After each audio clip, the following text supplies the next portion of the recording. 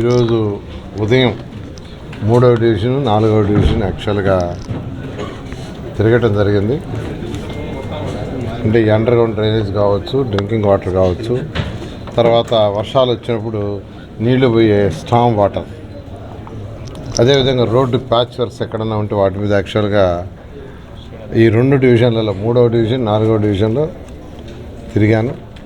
అయితే కొన్ని దగ్గరలో ఏంటంటే డ్రైన్స్, అంటే వర్షం వచ్చినప్పుడు నీళ్లు పోయే డ్రైన్స్ అప్పుడు ప్యాచ్ వర్క్ చేస్తున్నాయి. అప్పుడు 2014-19లో చేసి కొంత వదిలేసి ఉంటే అవి అట్నే ఉన్నాయి. యాక్చువల్గా ఇవాళ యాక్చువల్గా అధికారులందరికీ ఇన్స్ట్రక్షన్ ఇచ్చాను. ఇప్పుడే యాక్చువల్గా అధికారులతో కూర్చొని రివ్యూ చేశాను. ఇమీడియట్గా ఒక మాస్టర్ ప్లాన్గా, అంటే అంతకుముందు కొన్ని దగ్గర బిట్లుగా చేశారు. ఎవరెక్కడ కెనాల్ అడిగితే ఆ లైన్ చేయటాలు చేశారు. అలా కాకుండా ఆ 3వ డివిజన్ మొత్తం 4వ డివిజన్ మొత్తం డ్రైన్స్ ఎలా కట్టాలా, స్లోప్ ఎలా కట్టాలా, ఎంత వెడల్పు కట్టాలి, రోడ్డు వెడల్పుని బట్టి డ్రైన్ వెడల్పు ఉంటుంది. ఎందుకంటే రోడ్డు వెడల్పు పెద్దదంటే హై రైజ్ ఇస్తాం. హై రైజ్ ఇచ్చినప్పుడు ఎక్కువ వస్తుంటాయి, ఎక్కువ వస్తున్నప్పుడు ఎక్కువ జనాభా ఉంటుంది, అందువల్ల ఎక్కువ అవుట్లెట్ వాటర్ వస్తుంది. ఆ విధంగా యాక్చువల్గా ఇచ్చాను. వాళ్ళు యాక్చువల్గా కూర్చొని డిజైన్ చేస్తున్నారు.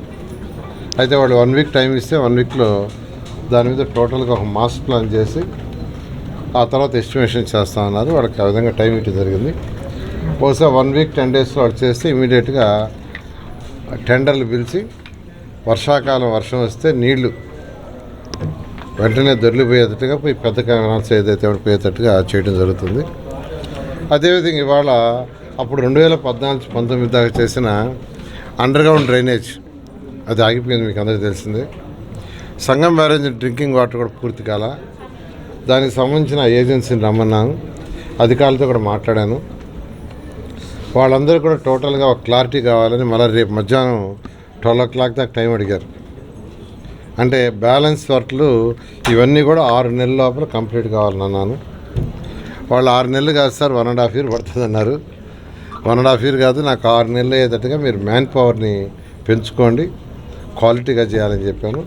దాని మీద యాక్చువల్ రేపటి వరకు టైం ఇస్తే రేపటికి వర్కౌట్ చేసుకొని వస్తామన్నారు. వాళ్ళకి టైం ఇచ్చాను యాక్చువల్గా.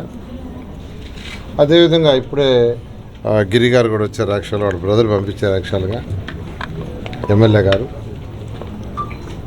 కొన్ని వర్క్స్ ఏదైతే ఆగిపోయి ఉన్నాయో 2014-19 దాకా అవి కూడా కంప్లీట్ చేయమని యాక్చువల్గా చెప్పడం జరిగింది. వాటి మీద నేను యాక్చువల్గా రివ్యూ పెట్టాను. ఏదైతే పార్కులు కావచ్చు, పార్కులకు సంబంధించి ఇవాళ 2 పార్కులు చూశాను. పాప మా పిల్లలు, చిన్న పిల్లలు చక్కగా మంచి ఎక్విప్మెంట్ ఇచ్చాం. పిల్లలు కానీ పెద్దవాళ్ళు కానీ పార్కుల్లో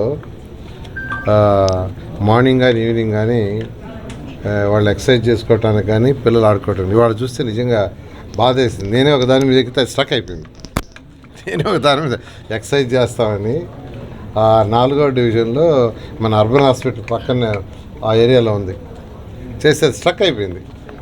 ఇంకో ఏరియా పోతే అది ఇరిగిపోయింది. ఇలాంటి పరిస్థితి ఉంది.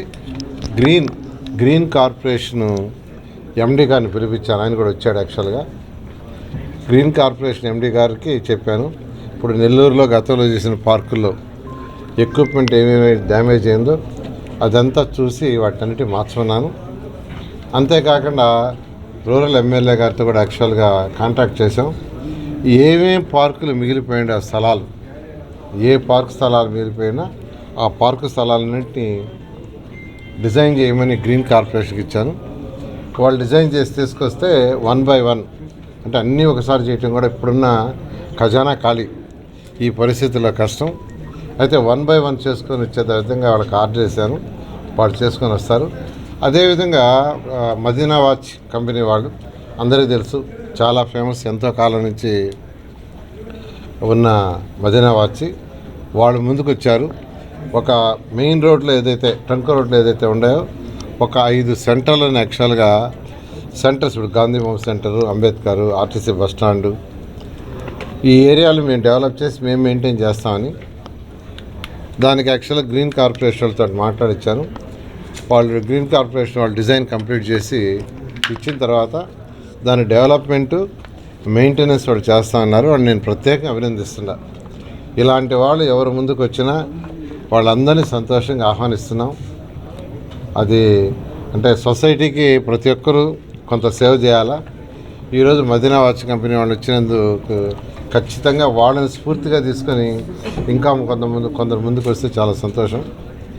ఈ విధంగా ఈరోజు ఎలక్షన్స్కి ముందు ఏదైతే పనులు చేస్తామని 54 డివిజన్లలో, నన్ను సిటీకి మాత్రం ఎమ్మెల్యే అనుకోవద్దు, 54 డివిజన్లు, ఎందుకంటే 14, 19 కూడా 54 డివిజన్ చేసాం.